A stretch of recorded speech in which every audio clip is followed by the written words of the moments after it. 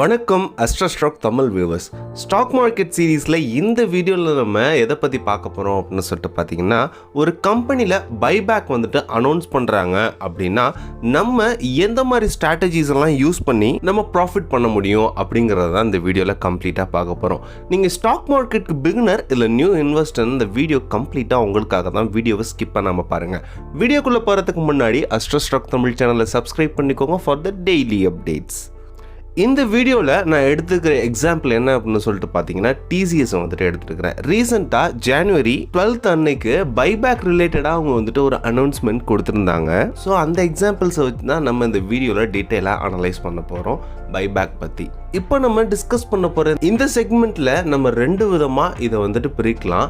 First case என்ன அப்படின்னு சொல்லிட்டு பார்த்தீங்கன்னா, டிசிஎஸில் ஆல்ரெடி ஷேர் ஹோல்ட் பண்ணியிருக்கிறவங்க, அண்ட் செகண்ட் ஒன் வந்துட்டு இது ஒரு டிசிஎஸில் வந்துட்டு ஷேர் ஹோல்ட் பண்ணாதவங்க. நீங்கள் டிசிஎஸோட ஆல்ரெடி ஷேர் ஹோல்டர்ஸாக இருக்கும் பொழுது இந்த ஷேர்ஸை வந்துட்டு நீங்கள் டெண்டர் பண்ணலாமா அப்படிங்கிறத பற்றியும் இந்த வீடியோவில் நம்ம பார்க்கலாம். ஸோ ஃபர்ஸ்ட் கேஸ் வந்துட்டு not owning TCS shares, and second one வந்துட்டு ஆல்ரெடி ஓனிங் டிசிஎஸ் ஷேர்ஸ். இது வரைக்கும் உங்களுக்கு பைபேக் அப்படின்னா என்னன்னே தெரியல அப்படின்னா நான் ரொம்ப சிம்பிளாக சொல்கிறேன். ஒரு கம்பெனி வந்து ஷேர் ஹோல்டர்ஸ்டேருந்து அவங்களோட ஷேர்ஸை திருப்பி வாங்கும். இதுக்கு பேர் தான் பைபேக் அப்படின்னு சொல்லுவாங்க. டிசிஎஸ் ஸ்பெசிஃபைடாக என்ன அனௌன்ஸ் பண்ணியிருக்கு அப்படின்னா, நாங்கள் வந்துட்டு 4 கோடி ஷேர்ஸை வந்துட்டு திரும்ப பைபேக் பண்ண போகிறோம். ஒரு ஷேருக்கு வந்துட்டு 4500 ரூபாய் நாங்கள் கொடுக்க போகிறோம். டோட்டலாக 18,000 crore கொடுத்து 1% ஆஃப் த டிசிஎஸோட ஷேரை வந்துட்டு நாங்கள் திரும்ப வாங்க போகிறோம் அப்படின்னு சொல்லிட்டு அனௌன்ஸ் பண்ணியிருக்கிறாங்க. இதில் பார்த்தீங்கன்னா ரிசர்வ்ட் கேட்டகரி அப்படின்னு சொல்லி இருக்குதுங்க. இந்த ரிசர்வ்ட் கேட்டகரினா என்ன அப்படின்னு சொல்லிட்டு பார்த்தீங்கன்னா, people with less than 2 lakh investment in TCS. இப்போ ஃபார் எக்ஸாம்பிள், இப்போ நீங்கள் டோட்டலாகவே 2 lakhs கம்மியாக தான் நீங்கள் ஒரு இன்வெஸ்ட்மெண்ட் டிசிஎஸில் பண்ணியிருக்கிறீங்க, உங்கள் அமௌண்ட் வந்து 2 lakhs வந்துட்டு க்ராஸ் பண்ணல அப்படின்னா நீங்கள்லாம் வந்துட்டு ரிசர்வ்ட் கேட்டகரி கீழே வருவீங்க. ஸோ இந்த ரிசர்வ்ட் கேட்டகரி மூலியமாக 15% ஆஃப் த டோட்டல் 4 crore ஷேர்ஸில் 60 lakhs ஷேர்ஸ் வந்துட்டு இந்த ரிசர்வ்ட் கேட்டகரி பீப்புளுக்கு ஸ்பெசிஃபிக்காக இருக்கும். ஸோ அவங்க பைபேக் பண்ணும் பொழுது நீங்கள் அவங்களுடைய ஷேர்ஸை திரும்பி நீங்கள் கொடுக்கறதுக்கு உங்களுக்கு ஒரு முன்னுரிமை கொடுக்குறாங்க. இந்த 2 lakhsக்கு மேலே நீங்கள் வச்சுருக்கிறீங்க ஷேர்ஸை, டிசிஎஸோட ஷேர்ஸை அப்படின்னா நீங்கள் வந்துட்டு ஜென்ரல் கேட்டகரிக்கு பெறுவீங்க. உங்களுக்கு எந்த விதமான ரிசர்வேஷனும் கிடையாது. ஓகே, இப்போ ஓரளவுக்கு உங்களுக்கு பைபேக் பற்றியும் டிசிஎஸோட பைபேக் பற்றியும் உங்களுக்கு கம்ப்ளீட்டாக தெரிஞ்சிருக்கும். இப்போ நம்ம ஸ்ட்ராட்டஜிக்குள்ளே போகலாம். ஃபர்ஸ்ட் கேஸ் பற்றி பார்க்கலாம். இந்த ஃபர்ஸ்ட் கேஸ் வந்துட்டு டிசிஎஸில் ஷேரே ஓன் பண்ணலை அப்படிங்கிறவங்க என்ன பண்ணுறது அப்படின்னு சொல்லிட்டு பார்க்கலாம். இப்போ கரண்ட்டாக டிசிஎஸோட ஷேர் ப்ரைஸ் பார்த்தீங்கன்னா அரௌண்ட் 3,800 இருக்குது. ஸோ நீங்கள் இந்த டிசிஎஸோட ஷேர்ஸில் வந்துட்டு 3,800 rupeesக்கு ஷேர் ட்ரேட் ஆகிட்டு இருக்கும் போது மினிமம் ஒரு 50 ஷேர்ஸ் வாங்கினீங்க அப்படின்னா 2 lakhsக்குள்ளே வருவீங்க. ஸோ நீங்கள் ரிசர்வ்டு கேட்டகரியில் இருப்பீங்க, ஸ்பெசிஃபைட் ஆவீங்க.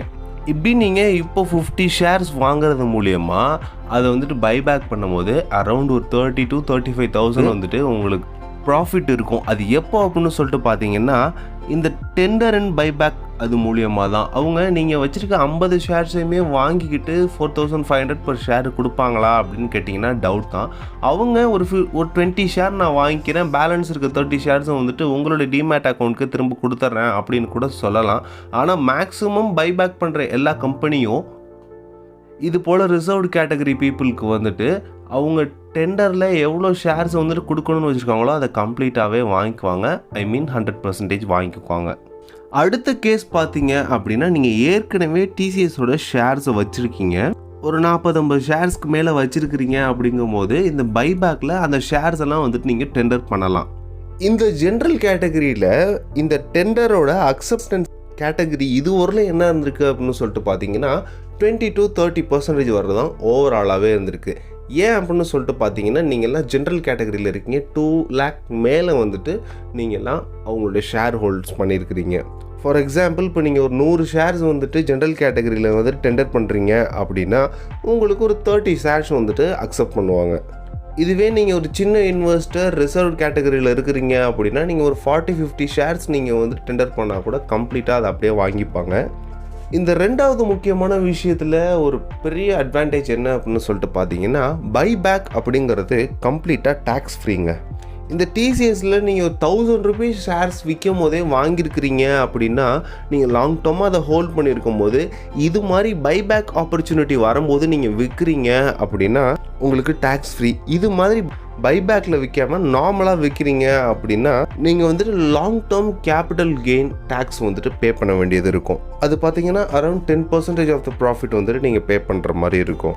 ஸோ இது மாதிரி பைபேக் டெண்டரில் நீங்கள் வந்துட்டு உங்கள்கிட்ட இருக்கிற ஷேர்ஸை வந்துட்டு விற்றுட்டீங்க அப்படின்னா திரும்ப நீங்கள் அந்த ஷேர்ஸை வந்துட்டு வாங்கிக்கலாம். மார்க்கெட் ப்ரைஸ் என்ன இருக்குது அப்படின்னு பார்த்துட்டு சப்போஸ் மார்க்கெட்டில் ஒரு டிப்பு கொடுக்குது அப்படின்னா நீங்கள் வந்துட்டு ஈஸியாக போய் வாங்கிக்கலாம்.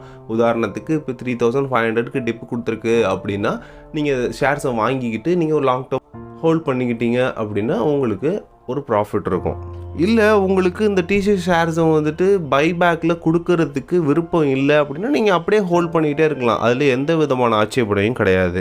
இந்த ஸ்ட்ராட்டஜி லாங் டேர்மாக டிசிஎஸில் ஏற்கனவே இன்வெஸ்ட் பண்ணியிருக்கவங்களுக்கு ரொம்பவே யூஸ்ஃபுல்லாக இருக்கும். ஸோ ஃபர்ஸ்ட் கேஸில் நீங்கள் வந்துட்டு இதுவரை டிசிஎஸோட ஷேரே வாங்கலை அப்படின்னா இன்ஸ்டண்ட்டாக நீங்கள் ஒரு 3800 அதோட ஷேர் ப்ரைஸை கொடுத்து நீங்கள் வாங்கிட்டு அவங்க பைபேக் பண்ணும்பொழுது 2 lakh கீழே நீங்கள் வாங்கியிருந்த கேட்டகரியில் இருக்கும் பொழுது உங்களுக்கு ரிசர்வ்டு கேட்டகரியில் இருப்பீங்க. ஸோ நீங்கள் வாங்கின எல்லா ஷேர்ஸையும் செல் பண்ணிடலாம். இமீடியட்டாக உங்களுக்கு ஒரு 1200 to 1300 வந்துட்டு உங்களுக்கு ஒரு ப்ராஃபிட் இருக்கும் வித்தவுட் டேக்ஸ்.